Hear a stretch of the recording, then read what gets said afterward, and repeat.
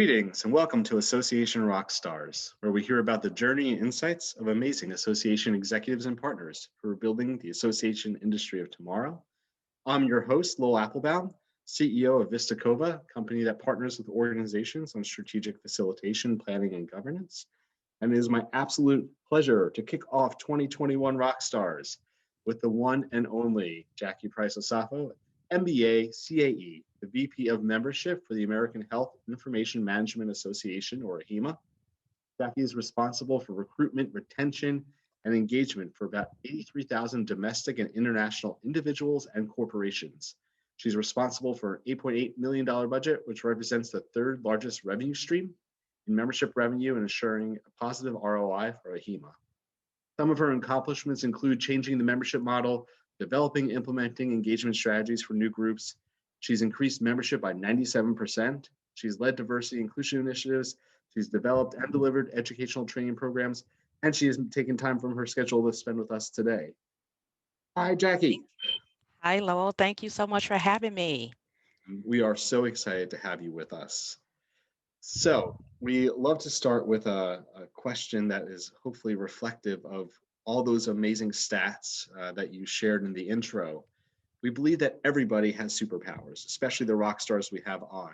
You know, those things that make you different, that help you succeed, that are either innate or that you've developed. And so we just like to start by asking, what's one skill that you have that has helped you shine? Like, what's one of your superpowers?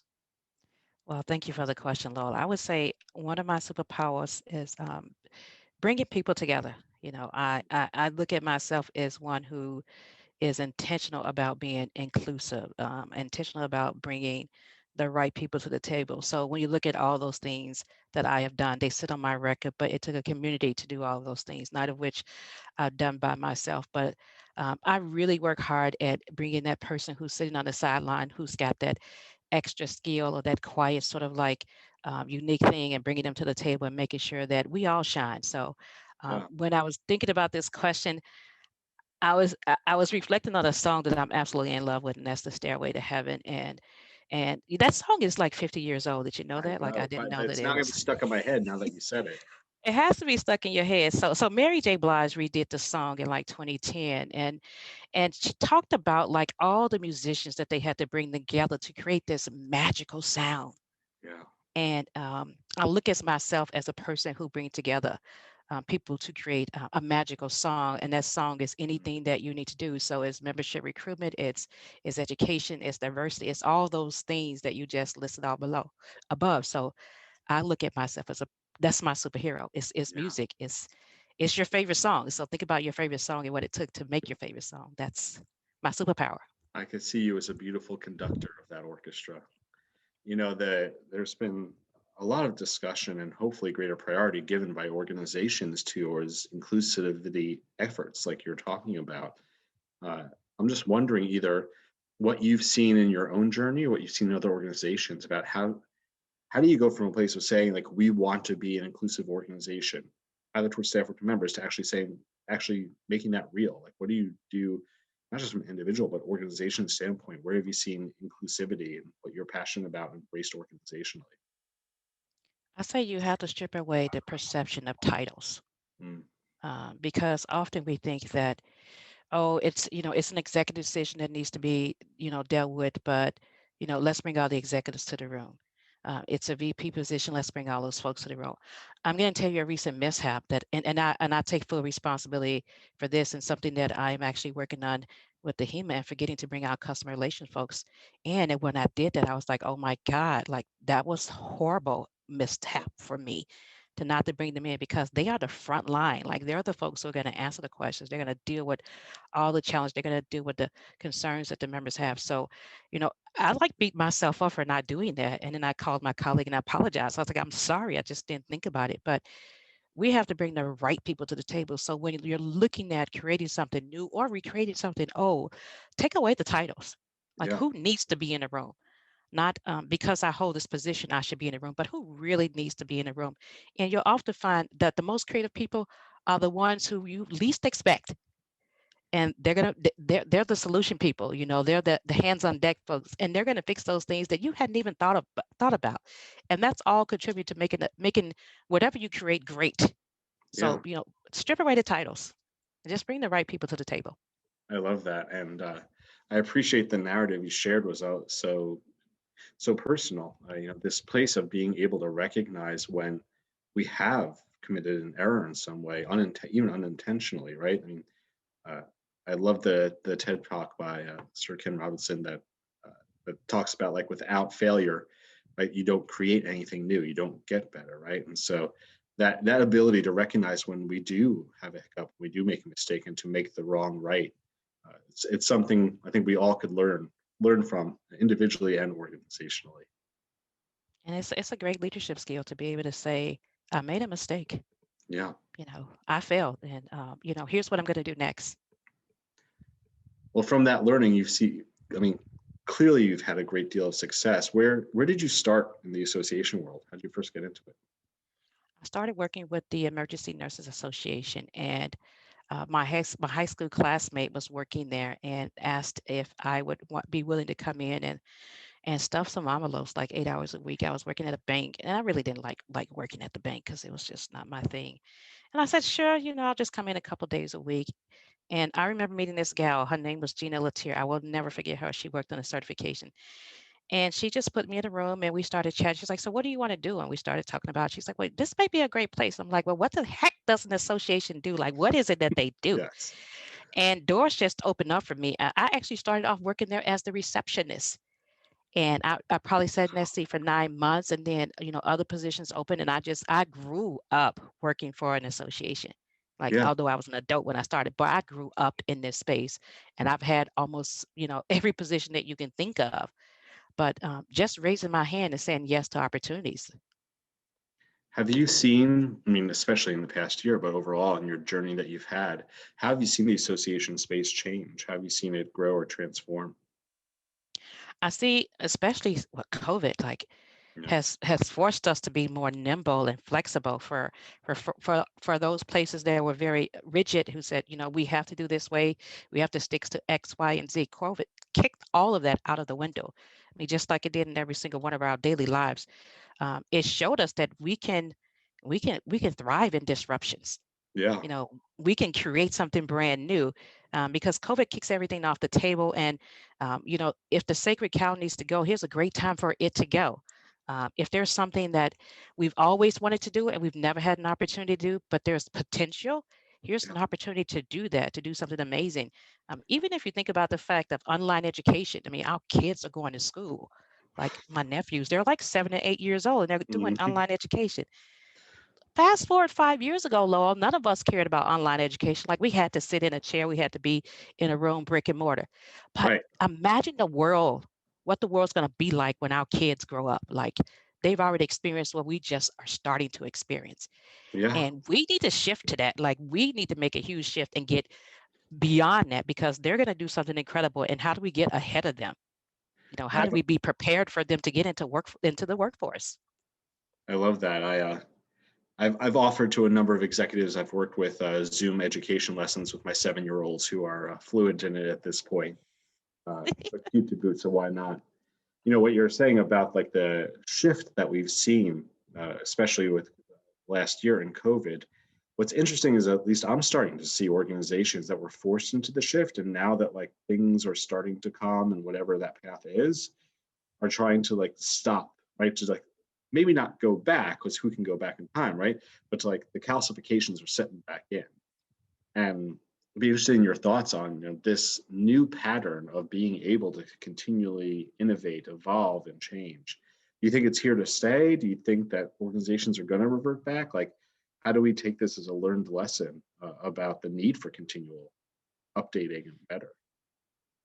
I say that if you are thinking about going back, then I'm afraid for that organization, Yeah, um, and those members, because uh, if you are not thinking about moving forward, if you're not thinking about future possibilities, and you're thinking that I can stay here forever and I'm going to be able to survive, that's frightening to me. yeah, Because from an economic perspective, from a technology perspective, from from being able to provide the resources and the tools and give your members the skills that they need will create a gap for you if you stay in that space because their job. So even if you think about healthcare in terms of COVID, in terms of how it is fastly moving forward, let's think about telemedicine, like who was Yeah. doing that, and if your organization say, oh, well, we're not going to care about telemedicine, we're just going to stick here and we're just going to, support those folks who are going to the doctor's office. No, you're going to get left behind. Yeah. I mean that creates fear for me if you want to just sit in that space. Just like, the world changes all the time and we need to change with it. And associations Yeah. we need to be on that path of shifting and changing. And to me, I think what COVID has created is the necessity to do that. We should not wait for another pandemic. No, I absolutely agree with that. One of the things we hope to accomplish with the rock stars is to inspire those that are growing potential, even current, want to be greater rock stars, and what sort of that path of leadership looks like.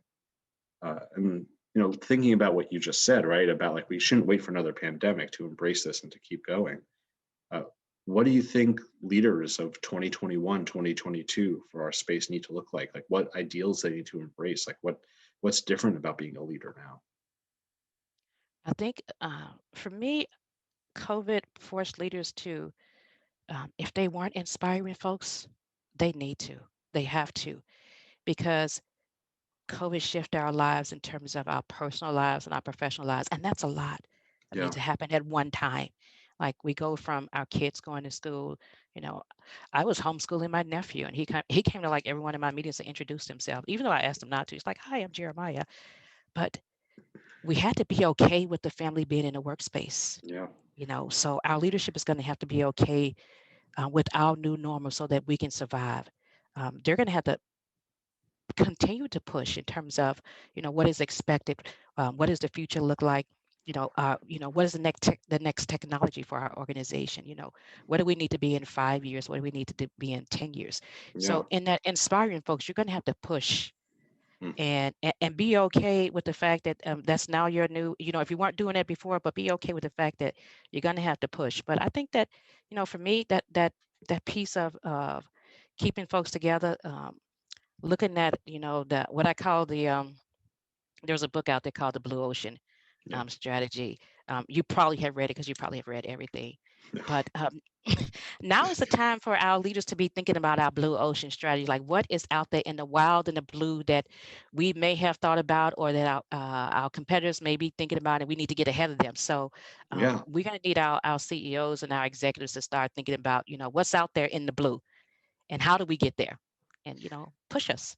Yeah. I love the intention in that, right? I mean, so much of what you're talking about that we're experiencing today came out of happenstance. Like it came out of like we were forced to suddenly change. All right, this is how it is. But what you're describing, like the families are now part of our workspace, right? Like this distributed workforce is now forced upon us. I don't believe like if we had like known this was coming, this is how we would have designed it, right? Like there would have been different things we would have put in place. Uh, Definitely. I have to imagine. Uh, as you think about the work you do, either with the membership or with your fellow staff, anything that, like, as you think about for the future, that you think would be in place in this new workspace that creates that greater positive that we shouldn't lose or we should be trying to create as we push ourselves to go forward? I said, let's not lose the humanness Mm, of where we are right now. Um, be okay with your staff being human. yeah, Be okay with the moms. Be okay with the dads, because that's fueling them. Be okay with that. And then they will give you their best, yeah, you know. And I find that to be, with my staff, I say, hey, I know that, you have kids. I know that. And I know that your kids are homeschooling or they're going to school. And yeah, you may be worried about your grandma today because maybe, something happened and maybe someone in your family tested positive. Be okay with that. yeah, And then those times when, right now, we're launching a new platform, and I'm pushing, and I can, and that's okay, because I am okay with you being human, with you being a mom, with you doing X, Y, and Z. So when that push needs to happen, it's received because I've given you that space to be who you need to be. yeah, So if we continue to behave and treat and allow our staff to be human, they'll run a mile for you in 2 minutes. I mean, that's what people do. Yeah. And that's what I do. If I'm treated, you're treated well, you're respected, you run a mile for me. Yeah. Your philosophies of empathy and care, I mean, shine through.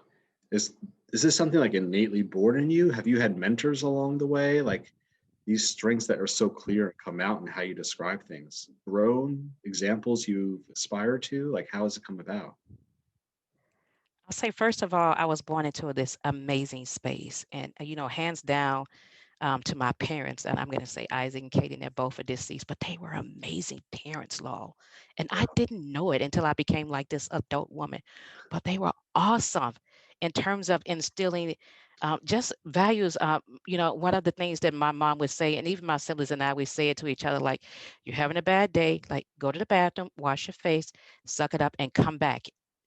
Yeah. And for us, that translated, okay, you failed, but get back up. Yeah. you know, my father, looking at our report cards, and who's getting a report card. So I'm probably dating myself here, but looking, at report card time, and he would always ask, did you do your best? And he would ask it softly like that. And he's like, did you do your best? Yeah. And, I would say, well, yeah, I did my best. He said, then I'm okay.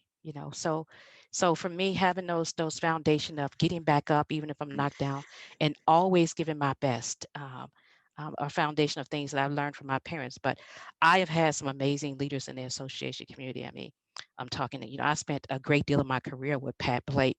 I Mm, mean, hands down to her. I mean, she is amazing. I mean, everyone in the world knows that about her. yeah. Michelle Mason. These are some folks that I can count on. I can call on. My current CEO. I've seen her. You know, as we go to COVID, just get up and inspire us. Dr. Wylisa Wig Harris to say, hey, you know what? This is tough. This is hard, but we're going to get through this. When you have those folks in your space, and even some of my colleagues just doing, some amazing things and supporting me when I'm going through tough times, or when I just, sometimes you just need to have a conversation. I'm part of the ASAE DELT program, and a Yeah. colleague called me yesterday, Desiree Knight in DC, and she just was like, "Hey, how you doing?" I mean, we all need all of that. I mean, that all fuels us, Right. and it's not just the leadership part, but it's the part that you get, from the top, from the side, from this side, from the back, from all different spaces, and you need that. Yeah. So I I've had some great folks in my life, and I'm looking for more great people. So Well, I love the examples of the people and the inspiration. And I think there's something very powerful in the frame of the question. Did you do your best? That probably could be employed from a place of empathy within our workspaces as well. Unsurprisingly, time flies whenever we talk. I want to ask just one last question. Far into the future, when you're reflecting back on the impact you've been able to make in our humble community, what's the legacy you hope to leave behind? I want people to know that I'm a kind person. That I believe in everyone. I believe that we all have something to contribute. Um, I want people to know that we should pay attention to the quiet folks who are sitting on the sideline in the room. They're important. Yes. So I want people to stop and pay attention to them. Uh, you know, I am by nature a volunteer, and I'm by nature a very caring person to what I consider the least of the. I grew up with a disabled sibling. So seeing people suffer is painful for me. So in the workplace, outside the workplace, but simple, just let's be kind to each other. And then the rest of those other things will happen. You'll figure out how to get up and get back, to fall and get back up. You'll figure out how to that there's a lesson in the hardness of things. So, if you're going through a tough moment, there's a lesson there. You'll figure all those things out. But I think for me, the essence of who I am is kindness. Yeah. Well, I think I love your background because, like the sun above your head, you bring a light to our community with your kindness. I'm so Well, happy you thank were you. able to join us today. Well, I really appreciate you asking me, and I'm super excited to be considered a rock star. So thank you so much, and looking forward to hearing from the next rock star. And you know what? Last words, title doesn't matter. Anybody can be a rock star. We're all rock stars. So Absolutely. I want to thank another rock star, Amy Hager, who makes all the magic happen for Yes. bringing amazing people and stories to our community. And for all the rock stars listening, we're so happy to have you back with us this year to join us in the many stories and people we get to meet to come. Until then, Association Rock On.